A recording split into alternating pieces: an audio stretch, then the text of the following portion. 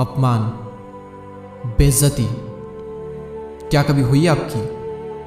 कभी ना कभी तो हुई होगी।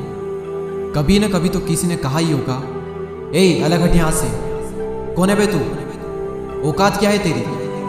हिम्मत कैसे हुई तेरी इस तरह से बात करने की? शक्ल देखी है कभी अपनी? बड़ा आया यहां पर बोलने।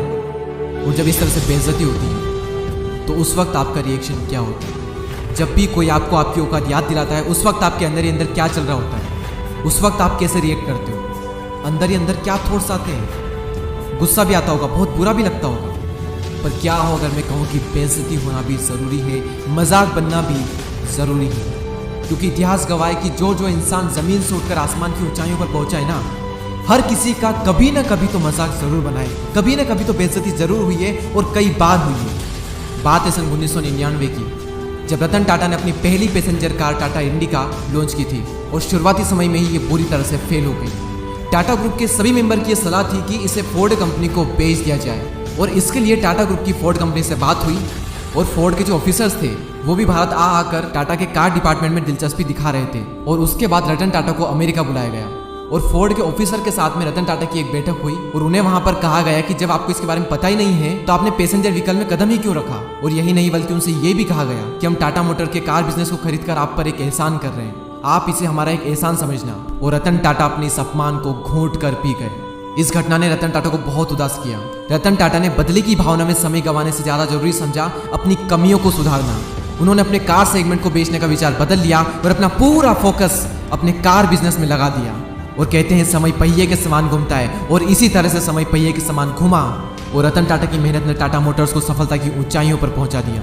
एक तरफ टाटा ग्रुप की टाटा मोटर्स कामयाब हो रही थी तो वहीं 2008 में फोर्ड कंपनी दिवालियापन की स्थिति में आ गई थी। और ऐसे में रतन टाटा के पास में बहुत ही अच्छा मौका था फोर्ड को नीचा दिखाने का, लेकिन उन्होंने ऐसा कुछ भी नहीं किया, बल्कि इसके विपरीत उन्होंने फोर्ड की ही मदद की। और साल 2008 में ही टाटा मोटर्स ने फोर्ड से जैगवार और लैंड रोवर ब्रांड को $2.3 बिलियन में खरीद लिया। टाटा मोटर्स की फोर्ड के साथ ये डील उनके लिए जीवनदायिनी साबित हुई। और उस वक्त फोर्ड के जो करंट चेयरमैन थे उन्होंने रतन टाटा को धन्यवाद देते हुए कहा कि आप JLR को खरीद कर हम पर एक बहुत बड़ा एहसान कर रहे हैं। और यही होती है एक महान इंसान की पहचान। अच्छा तो हर कोई बन सकता है, महान बहुत कम बन पाते हैं। और ये तो कुछ भी नहीं, इससे भी बुरा अपमान हुआ था डॉक्टर भीमराव अंबेडकर का। नीची जात के थे तो लोग इनकी परछाई भी अपने ऊपर नहीं पड़ने देते थे। एक बार कुएं का पानी पी लिया, कुएं को टच कर दिया तो एक छोटे से बच्चे को बहुत मार पड़ी, सिर्फ इसलिए क्योंकि उसने कुएं को छू लिया, उसका पानी पी लिया। स्कूल में उन्हें क्लासरूम के अंदर नहीं जाने दिया, कहा बाहर बैठकर पढ़ाई करो। कहा गया कि संस्कृत ब्राह्मणों के लिए होती है, तुम्हारे लिए नहीं। इतना अपमान हुआ, बहुत दर्द होता है अंदर से। उन्होंने ठान लिया कि तुमने मुझे अपने गांव के स्कूल में नहीं पढ़ने दिया,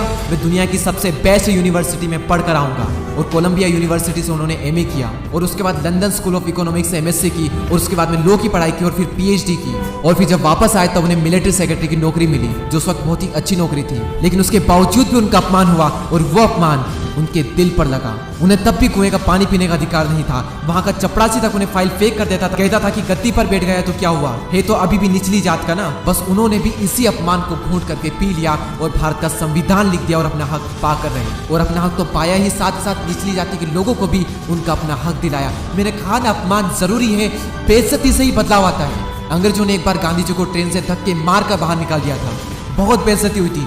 उनसे कहा गया था कि तुम काले इंडियंस डिजर्व नहीं करते हमारी ट्रेन में बैठना। और उन्होंने भी ठान लिया कि तुमने मुझे ट्रेन से बाहर निकाला है, मैं तुम्हें अपने देश से बाहर निकाल दूंगा।